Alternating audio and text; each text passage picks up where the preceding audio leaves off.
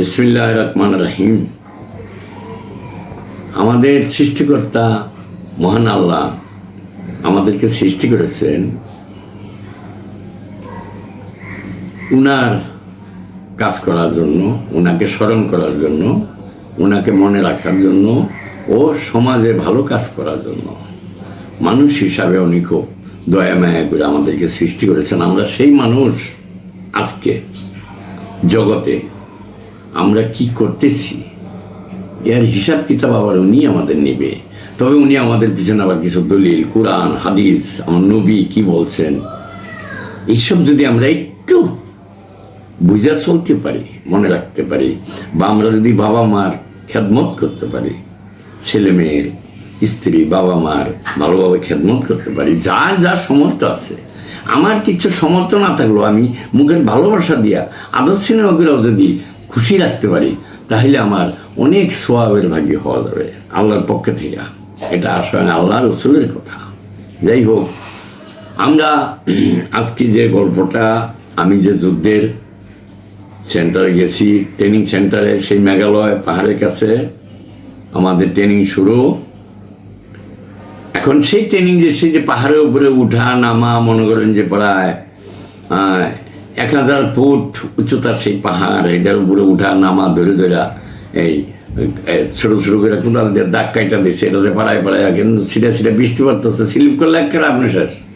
কিন্তু বলতো এক আদমি আরেক আদমিকে হাত পাকাড়ো, পাড়ায় হিন্দিতে করতো, হিন্দি তো বুঝতাম না। আমরা এলাম একটা বাঙালি পোলাপান, গ্রামের পোলাপান, বুঝেন না। আমরা গেছি আমাদের দেশ, জাতি, মা বোনের সম্মান রক্ষা করতে, দেশ স্বাধীন করতে, যুদ্ধ করতে গেছি। এখন ওখানে ওরা আমাদেরকে ট্রেনিং দিচ্ছে।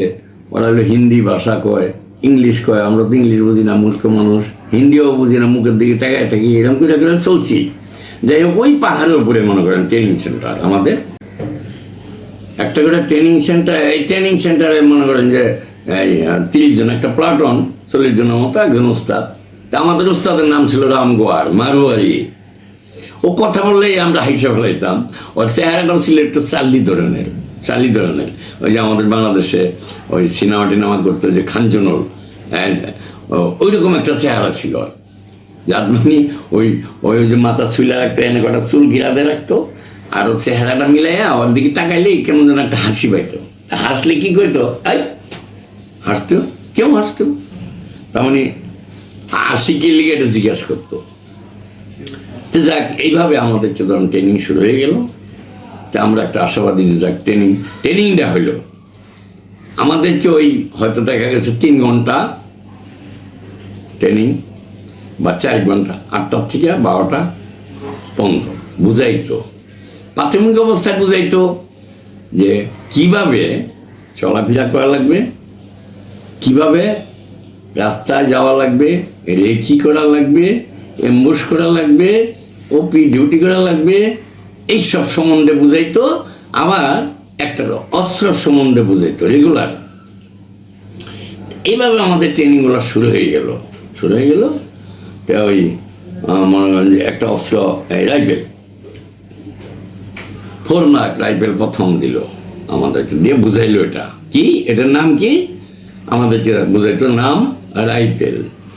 আচ্ছা, এটার কাজ কি যুদ্ধের জন্য? এইটার এই হলো বাট, এলো ব্রেল, এলো বাট, এলো বডি, মাঝখানের বডি, সামনের ব্রেল, পিছনে হলো বাট।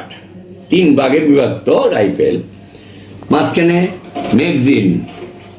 ম্যাগজিনে কটা গুলি ঢুকে? 10টা। এগুলো শিখাইতেছে ম্যাগজিনে কিভাবে গুলি ভরা হয়, ম্যাগজিনটা কিভাবে খোলা হয়, জোড়া হয়। অর্থাৎ ম্যাগজিনটা খুলতেছে, আবার লাগাইতেছে, দেখাইতেছে আমাদেরকে যে এইভাবে লাগাইবা, এইভাবে খুলবা। আবার আমাদেরকে দিয়ে আবার লাগাইতো, খোলাইতো, শিখাইতো। তো গুলি কিভাবে ভরবা, তো গুলি দিয়ে করতো এইভাবে ভরো, এইভাবে আঙুল দিয়ে চাপ দিয়ে গুলি ভরো ভিতরে, এরকম। এই একটা রাইফেল 4 মার্ক মনে করেন, এটা 2 দিন শিখাইলো ভালো করে, বা 3 দিন শিখাইলো। এটা লেন্স কত, একটা গুলির লেন্স কত, 1300 গজ। এর মনে করেন যে 800-900 গজের ভিতরে লাগলে সেই লোকটা মারা যাবে, এরপরে লাগলে আহত হবে। এইভাবে বুঝাইলো। বোঝানোর পরে দেখা গেলো 3 দিন এটা বুঝাইলো, বোঝানোর পরে 3 দিন পরে এটা ফায়ারিং স্কোয়াডে নিয়ে গেলো আমাদেরকে। এটা ফায়ারিং করা হইলো যে কীভাবে কে ভালো ফায়ার করতে পারে তাদের জন্য আবার বলতো কি, খুব উৎসাহ দিত ওরা, বলতো যে মিট মিল জায়গা, সুগার মিল জায়গা, মানে ইংলিশে কইতো আর কি, ভালো ভালো খাবার দিব, এগুলো কইতো। তা আমরা আবার যারা আমাদের লোক বুঝতো এগুলো জিজ্ঞাসা করতাম, বললো যে এগুলো বলতে, যে যারা ভালো বুঝবে তাদের জন্য ভালো খাবার দিবে কয়, এরকম। যাই হোক, এইভাবে আমরা প্রাথমিক অবস্থায় ফোরমাক রাইফেলরা ট্রেনিং দিলাম দিয়ে এটার ফায়ারিং করাইলো মনে হয় যাবার ওই যে 12টা পর্যন্ত, এরপর ছুটি, চলে আসলাম। আইসা গোসল করতাম, কাপড় চোপড় ধরতাম। কোথায়? ওই যে একটা পাহাড় থেকে ঝর্ণা নামছে, মনে হয় বিরাট বড় ঝর্ণা, প্রায় 100 ফুটের বেশি, 150 ফুট 200 ফুট চড়া, বিরাট পানি, বড় বড় পাথরের ভিতরে পানি বাড়ি খাইতেছে যাইতেছে। ওই পাথরের উপরে বই বেয়া কাপড় ধুইতাম। কি সুন্দর সিনারি।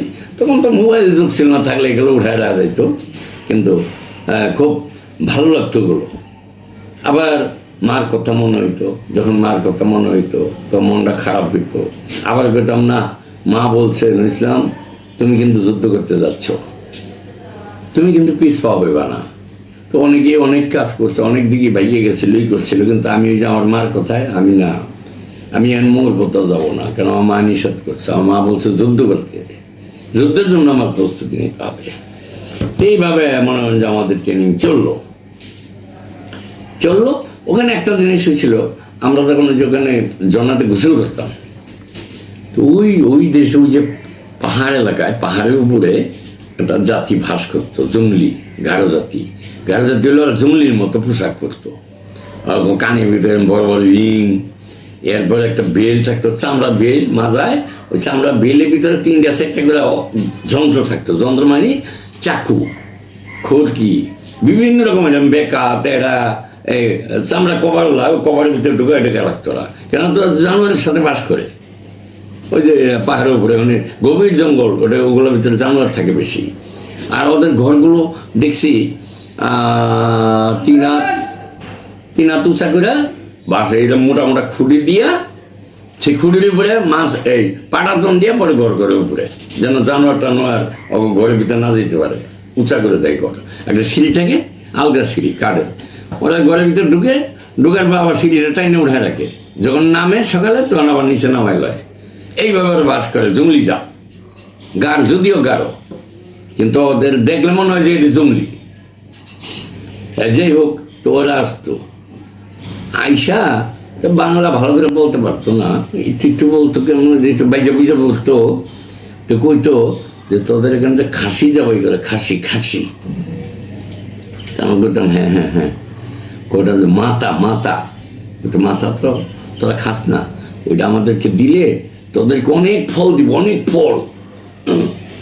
কি করে, তা আমরা তো আবার কয়েকজন একটা গ্রুপ ছিলাম নিজেরা, আয়াপ্রিয় বন্ধু বান্ধব, তো ওই যেদিকে যেতাম সবাই একসাথে বুদ্ধি করলাম যে দিই আজকে এই যে খাসি যেদিন জবাই করে, আমি করে তোমরা ডেলি আসো কহ।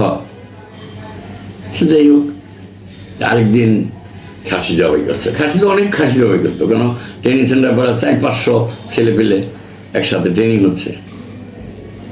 খাসি উস্তাদের ওই যে যারা বাবুর্চি পাক করে, ওদের বলছি ভাই 2টা খাসির মাথা দেন না। কি করবো, দেন না, ওদের পাক করে না ওরা। কয়ে লয়ে গেছি, ওই জন্নার এখানে গেছি পরে, ওগুলো আইসে পরে দিছি, এতগুলা ফল নিয়ে আসছে। সেই কি একটা আনারস, এরকম মোটা, এই বাংলাদেশেই আনারস হয় না, এইরকম লম্বা আনারস। এরপরে সবরি কলা, এরকম বড় বড় কলা জঙ্গলের, এগুলো আইনা দিয়ে গেছে। মাথা হইব 2 টাকা, অত ফল দিয়ে গেছে 20 টাকা, এরকম করছে। যাই হোক, এইভাবে সুন্দরভাবে চলতেছিলাম আমরা। এই ট্রেনিং শুরু হইলো আজকে। এই যে ফোরমাক রাইফেল ট্রেনিং করলাম, ফায়ারিং করলাম, এই সম্বন্ধে বুঝাইলো, শিখাইলো। হ্যাঁ, আজকে এই পর্যন্তই গল্পটা ইতি করবো। এর পরের গল্প, পরবর্তী পর্বে আবার অন্য অস্ত্রের গল্প শুনবেন, কিভাবে ট্রেনিং হলো। আজকে এখানে বিদায় নিলাম। আসসালামু আলাইকুম।